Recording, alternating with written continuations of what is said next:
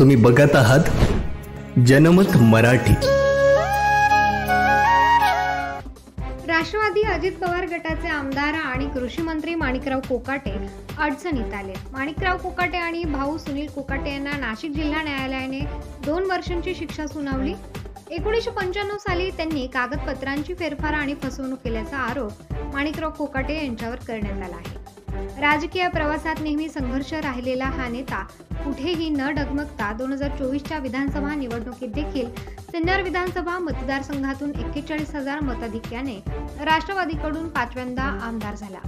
तळागाळातील लोकांशी जोडलेली नाळ पाहून महायुती सरकारने कोकाटेंना थेट कृषी मंत्री अजित पवार यांच्या पक्षाचे मंत्री आणि माजी कृषी मंत्री असलेले धनंजय मुंडे आधीच बीड प्रकरणात अडकलेल्या विरोधकांकडून त्यांच्या राजीनाम्याची मागणी होत असताना आता अजितदादांची दुसरे मंत्री आणि आजी कृषी मंत्री माणिकराव कोकाटे यांच्यामुळे अजितदादांचं पुन्हा एकदा टेन्शन वाढलंय। माणिकराव कोकाटेंसोबत नेमकं काय घडलं? 30 वर्षापूर्वीच्या प्रकरणाची स्टोरी नेमकी काय आहे?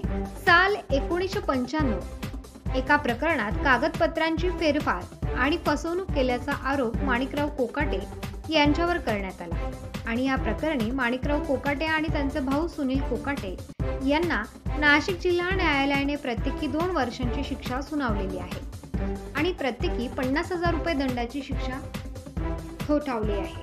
कृषी मंत्री माणिकराव कोकाटे आणि त्यांचे भाऊ सुनील कोकाटे यांच्या विरोधात माजी मंत्री तुकाराम दिघोळे यांनी एक याचिका दाखल केली होती। दिघोळे मनोहर जोशींच्या सरकारमध्ये अपक्ष निवडून आले होते। कमी उत्पन्न असल्याचे सांगून तसेच स्वतःचे घर नसल्याचे सांगत कोकाटे यांनी मुख्यमंत्री कोट्यातून कमी दरात सदनिका पदरात पाडून घेतली। घरे नावावर झाल्यावरती अवैध बांधकाम केल्याचा त्यांच्यावर ठपका आहे। तसेच इतर 2 लाभार्थ्यांना मिळालेले घरेही स्वतःच्या नावावर करून घेतली। 1995 मध्ये बनावट कागदपत्र सादर करून नाशिकमधील कॅनडा कॉर्नर भागात 2 सदनिका प्राप्त केल्या। याचिकेत त्यांनी माणिकराव कोकाटे यांच्यावर 1995 ला कागदपत्रांची फेरफार आणि फसवणूक केल्याचा आरोप करण्यात आला होता। या आरोपांनुसार भारतीय दंडविधान कलम 420, 465, 471, 47 अन्वये गुन्हा दाखल करण्यात आला। पोलीस ठाण्यात गुन्हा दाखल करण्यात आला होता। 1995 ते 97 या काळात सरकारच्या 10% कोट्यातून कमी उत्पन्न दाखवून घर घेतल्याचा आरोप माणिकराव कोकाटे आणि त्यांच्या भावावर होता। माणिकराव कोकाटे यांनी मुख्यमंत्री निधी इतर 2 व्यक्तींना मिळालेली घरेही स्वतःच लाटली। या प्रकरणात एकूण 6 साक्षीदारांची तपासणी झाली। त्यानंतर या खटल्याचा निकाल जिल्हा न्यायालयात लागला। गुरुवारी न्यायालयाने राज्याचे कृषी मंत्री ॲडव्होकेट माणिकराव कोकाटे व त्यांचे बंधू कोकाटे यांना दोषी ठरवत 2 वर्षांची शिक्षा आणि प्रत्येकी 50,000 रुपये दंडाची शिक्षा ठोठावली आहे।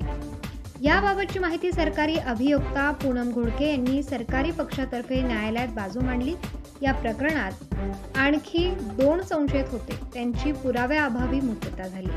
संबंधितांच्या सदनिकांचा वापरही कोकाटे बंधूंकडून होत असल्याचं चौकशीत समोर आलं होतं। दरम्यान हे 30 वर्षांपूर्वीचे प्रकरण, त्यावेळी तुकाराम दिघोळे हे माझे राजकीय वैर होते। याच राजकीय वैरामधून माझ्यावर हा गुन्हा दाखल करण्यात आल्याचं माणिकराव कोकाटे यांनी सांगितलं। जिल्हा न्यायालयाच्या या निर्णयाविरोधात आपण उच्च न्यायालयात जाऊन दाद मागणार आहे असं देखील त्यांनी म्हटलेलं आहे।